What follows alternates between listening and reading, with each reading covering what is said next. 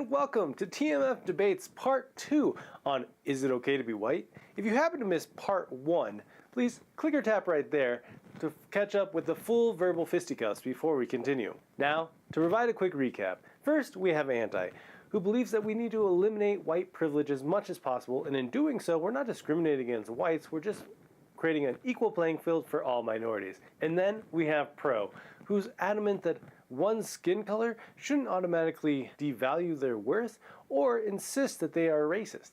As the moderator for today's TMF debate, my job is to help you make sense of all this mess. And as we venture into this white middle ground, we may actually go into some no man's land and have to start to question what it even means to be a human. But to get there, we're going to have to cross three major crossroads. Those being, does white privilege exist? Affirmative action?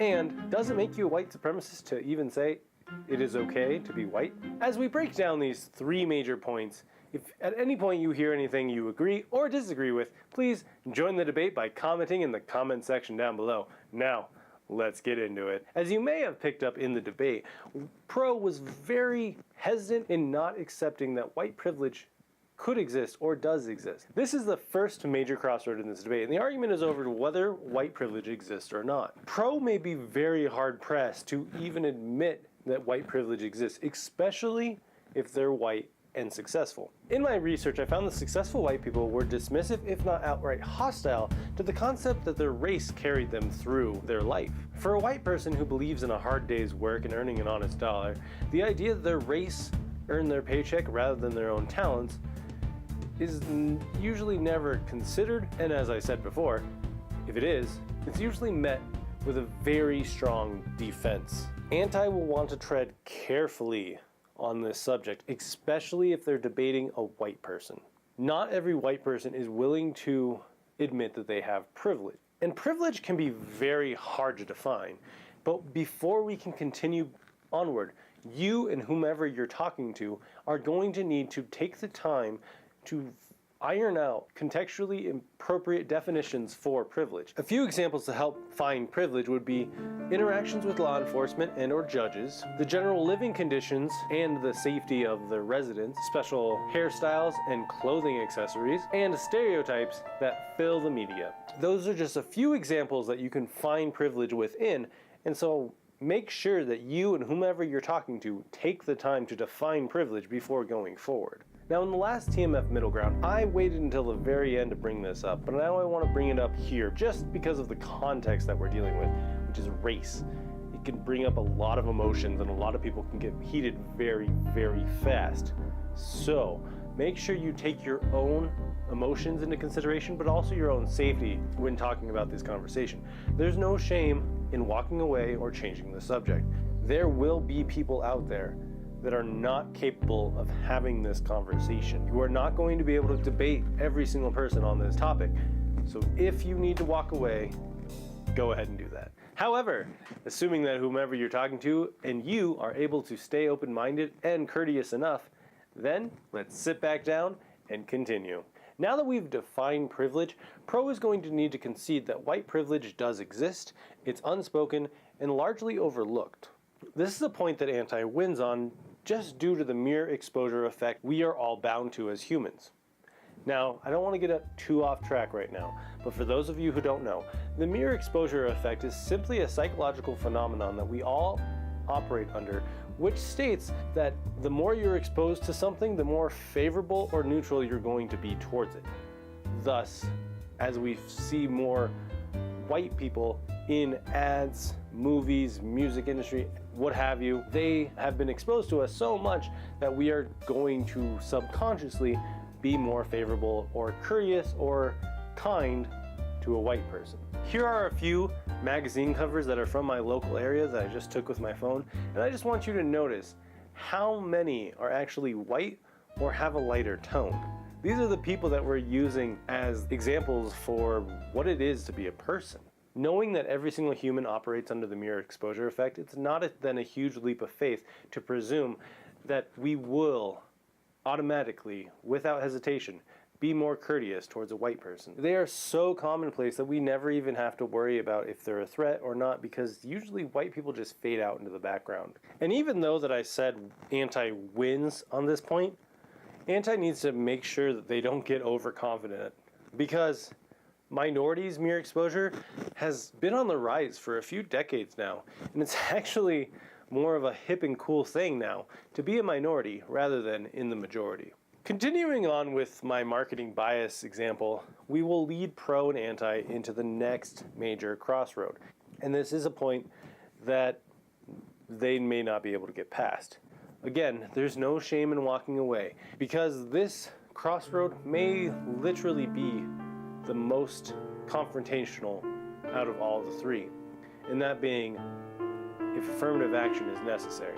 I say this is the largest disagreement area because within the enactment of this law, many white people have felt the discrimination. Not a ton, only a small portion, but there have been white folks who have been denied jobs and school admission due to affirmative action. Because of this reality, anti is going to need to concede to the plights of the whites and tread carefully and not just throw back the hostile responses such as, you're only getting a taste of your own medicine, or now you know what a minority feels like. Those on the anti are going to want to put themselves in the shoes of a white person or a minority and start to feel how it would be to be rejected off of your race. And even though technically that's illegal, we know it's happening. As companies are pushing more and more these days for a diverse workforce, if anti believes in their heart of hearts that affirmative action is the correct course of action at this point, they are eventually going to need to concede to pro that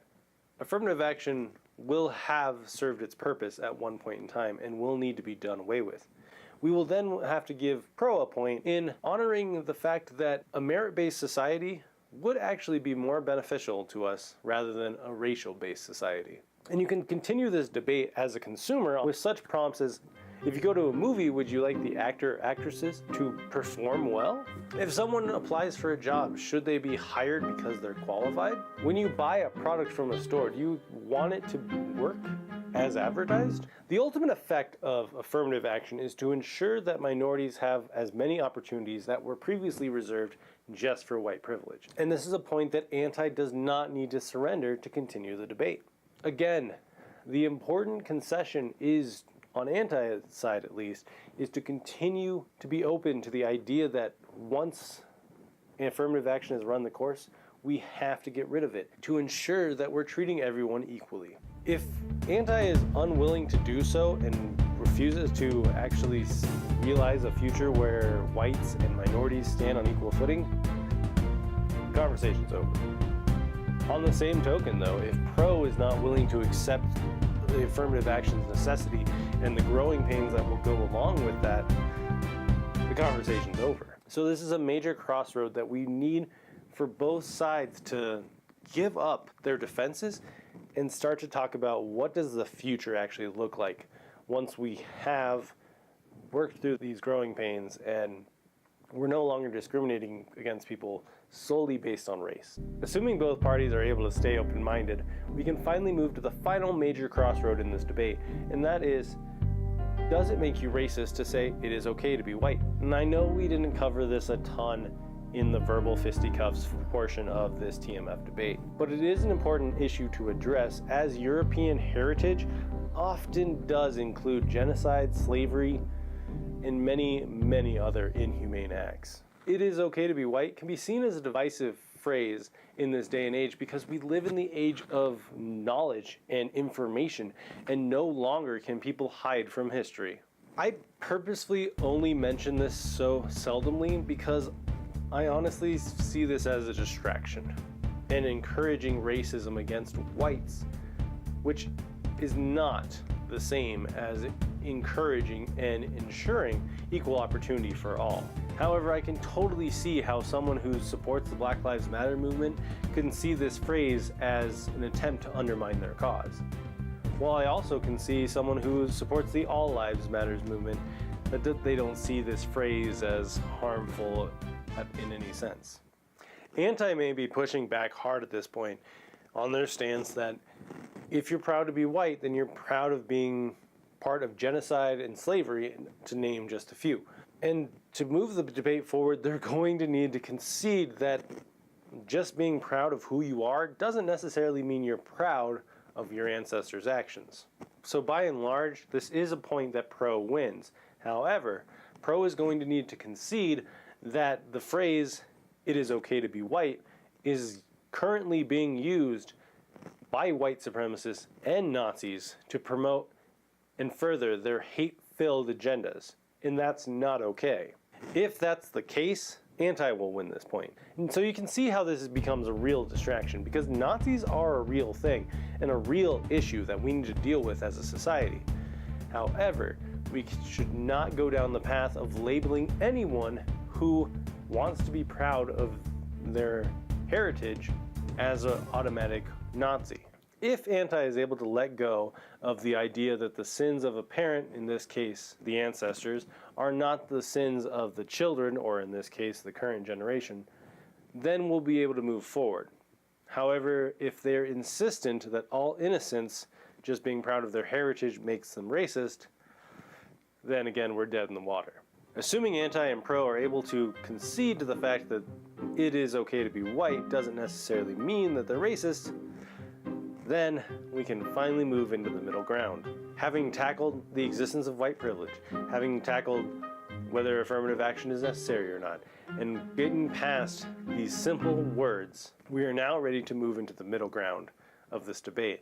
The middle ground, which I believe can only be founded if we look past race initially and start to talk about one's character and merit beforehand. Anti brought up a wonderful point in the debate about identifying with a character from a book. When we can see people as ourselves, then we can start to have true empathy. And if everyone involved in the debate can get to that point, then we can start to look at humans as just humans. Humans that all have basic needs that range from food, shelter, love, and I don't know if our world will ever agree that we need to ensure the basic needs for everyone are met, but I do know the idea that just not talking about race is not going to work. We need to talk about race. We need to embrace race. We just can't let ourselves become blind with race before we start to talk about one's merit and character. When talking about race, always strive to return to the human element, return to the humans that are being affected, return to the humans that have to live with their skin pigmentation, and talk about the human impact, whether it's negative or otherwise. Pro, to stay in the middle ground, will need to continue to concede that their let's all get along philosophy is not going to be enough alone. Hardships and growing pains by the privileged will be necessary, regardless if pro will continue to agree that white privilege exists or not. Is it okay to be white? Will continue to be a huge point of debate, because whether we want to admit it or not, affirmative action does single out and discriminate against white people to ensure that minorities can have the same opportunities. What do you think, though? Is the conscious inclusion of minorities key for true equality, or is it counterproductive because you can't cure discrimination with more discrimination? Please join the debate in the comment section down below and let me know what you think, because I'm really curious whether you land on the anti or the pro or somewhere in the middle. But regardless, thank you for spending your time with me, and now let's wrap this episode up. Please hit that notification bell down below to make sure that you've joined the next debate in 2 weeks. And if you're watching this past the initial 2-week upload date, just go ahead and click or tap right there to watch it now. And if you like what I do on this channel, please check out the description box for easy to follow me links across the interweb and my Patreon page to truly join the debate. As always, this has been TMF, and I hope you have a wonderful rest of the time in whatever zone you find yourself. Dittos!